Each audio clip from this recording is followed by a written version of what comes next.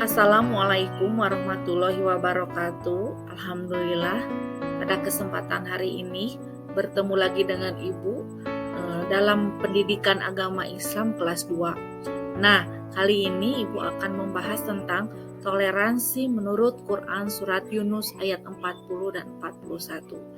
Jadi, kalian jangan kemana-mana dulu. Kalian harus melihat semua materi yang akan Ibu berikan hari ini. Mudah-mudahan kali ini kalian siap untuk belajar. Oke?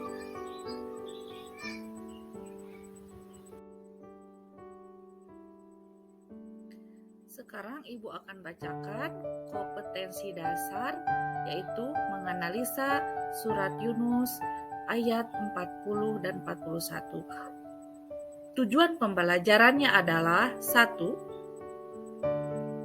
Membaca dengan fasih Quran surat Yunus ayat 40 dan 41. Kedua, menafsirkan berdasarkan kalimat dan lafaz Quran surat Yunus ayat 40 dan 41. Ketiga, memahami bunyi dan hukum bacaan Quran surat Yunus ayat 40 dan 41. Keempat, menganalisa isi kandungan Quran surat Yunus ayat 40 dan 41. Terakhir, kelima, menunjukkan sikap toleransi sesuai dengan Quran surat Yunus ayat 40 dan 41.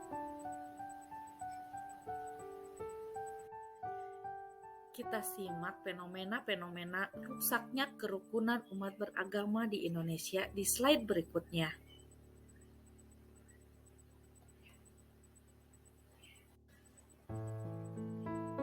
Pernahkah kalian bingung mengapa pemimpin agama yang memperlihatkan perilaku-perilaku barbar dan biadab sudah tahu sebagai tokoh agama malah membuat agama menjadi bercitra buruk dan manusia semakin bingung apakah agama sudah banyak mengalami perubahan hingga bukannya dunia ini semakin damai, masyarakatnya saling mempraktikkan kasih sayang dan cinta kasih, tapi ternyata sebaliknya.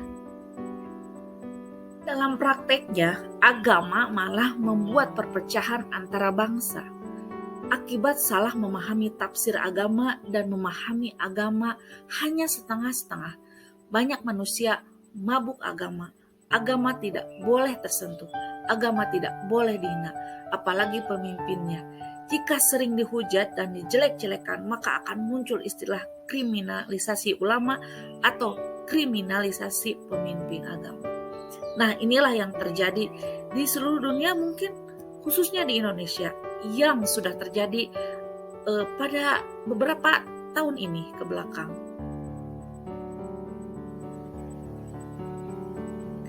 Bilangnya beragama, tapi kenapa manusia ketika dia mengaku beragama, tetapi dia lebih sensitif dan mudah sekali marah, mudah dipicu dengan hal-hal yang sepele, sehingga terjadi banyak sekali pertikaian antar agama.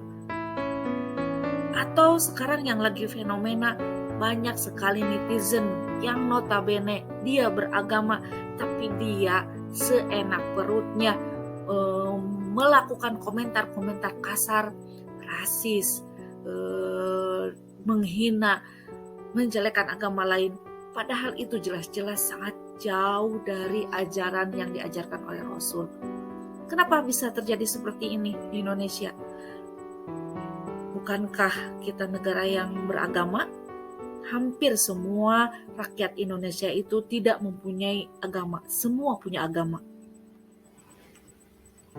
Anak-anak Islam merupakan agama yang sangat toleran terhadap antar agama, namun tentu dengan batasan-batasan yang sudah berlaku dalam agama Islam. Karena beragama merupakan sunatullah yang pasti akan terjadi di muka bumi ini. Keberagaman pun adalah bermacam-macam, mulai dari suku, ras, agama, dan lain-lain. Di dalam keberagaman ini dibutuhkan yang namanya toleransi, bahkan merupakan suatu keharusan. Karena kalau kita tidak toleransi, mana mungkin kita akan bisa hidup dengan teratur dan damai, beriringan, serasi, selaras, sehingga dunia ini menjadi aman.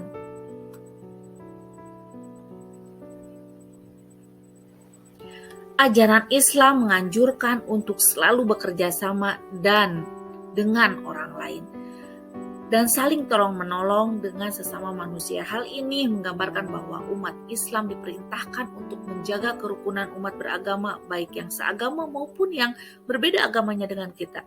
Karena hal itu ada pada ajaran Islam itu sendiri. Jika ada perbuatan intoleran yang timbul, ketahuilah itu merupakan kesalahan pemahaman atas Islam itu sendiri.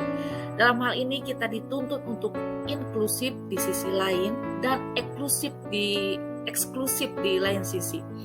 Dalam surah Al-Baqarah ayat 256 patut menjadi perhatian bersama agar dalam dakwah dapat mempertimbangkan aspek toleransi dan kasih sayang yang telah digariskan oleh Allah dan Rasulnya.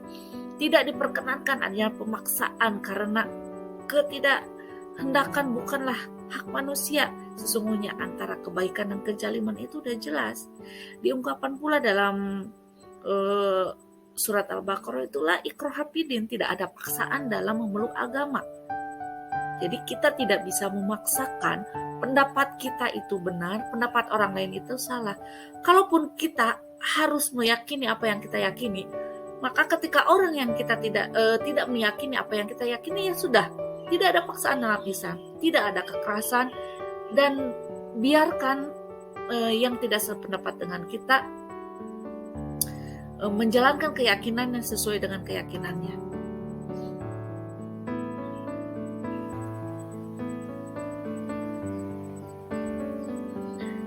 Nah, selanjutnya, ayo kita simak konsep toleransi menurut Quran surat Yunus ayat 40 dan 41 sehingga kita bisa mengerucutkan apa sih nilai-nilai Islam yang bisa membuat kita hidup lebih toleransi. Bunyi surat Yunus ayat 40 dan 41. Wa minhum ma yu'minu bihi wa minhum ma la yu'minu bihi wa rabbuka a'lamu bil mufsidin.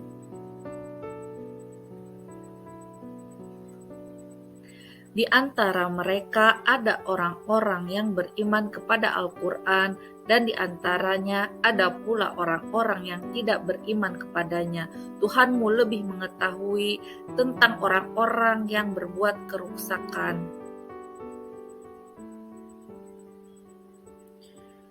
Wa in kazzabuka faqul li amali walakum amalukum antum bari'una mimma a'lamu wa ana bari'u mimma ta'malun.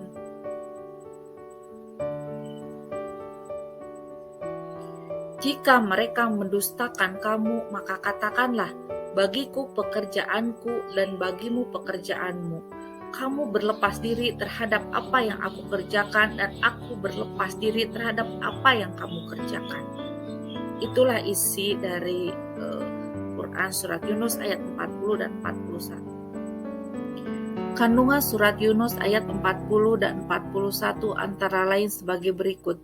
Umat manusia setelah diutus Nabi Muhammad SAW sebagai Rasulullah terbagi menjadi dua golongan, yaitu golongan orang yang beriman terhadap kebenaran Rasulullah dan kitab Al-Quran dan golongan yang tidak beriman kepada Rasulullah dan Al-Quran. 2. Allah Maha mengetahui sikap dan perilaku orang-orang yang beriman dan orang-orang yang kafir. 3. Dalam menghadapi orang yang tidak beriman kepada Allah dan menyatakan kebenaran tentang kerasulan Nabi Muhammad SAW, maka sikap orang yang beriman harus tetap teguh dan yakin akan kebenaran Nabi Muhammad sebagai Rasul terakhir dan Al-Quran merupakan kitab yang paling sempurna untuk dijadikan sebagai pedoman agar hidup mendapatkan kebahagiaan di dunia dan di akhirat.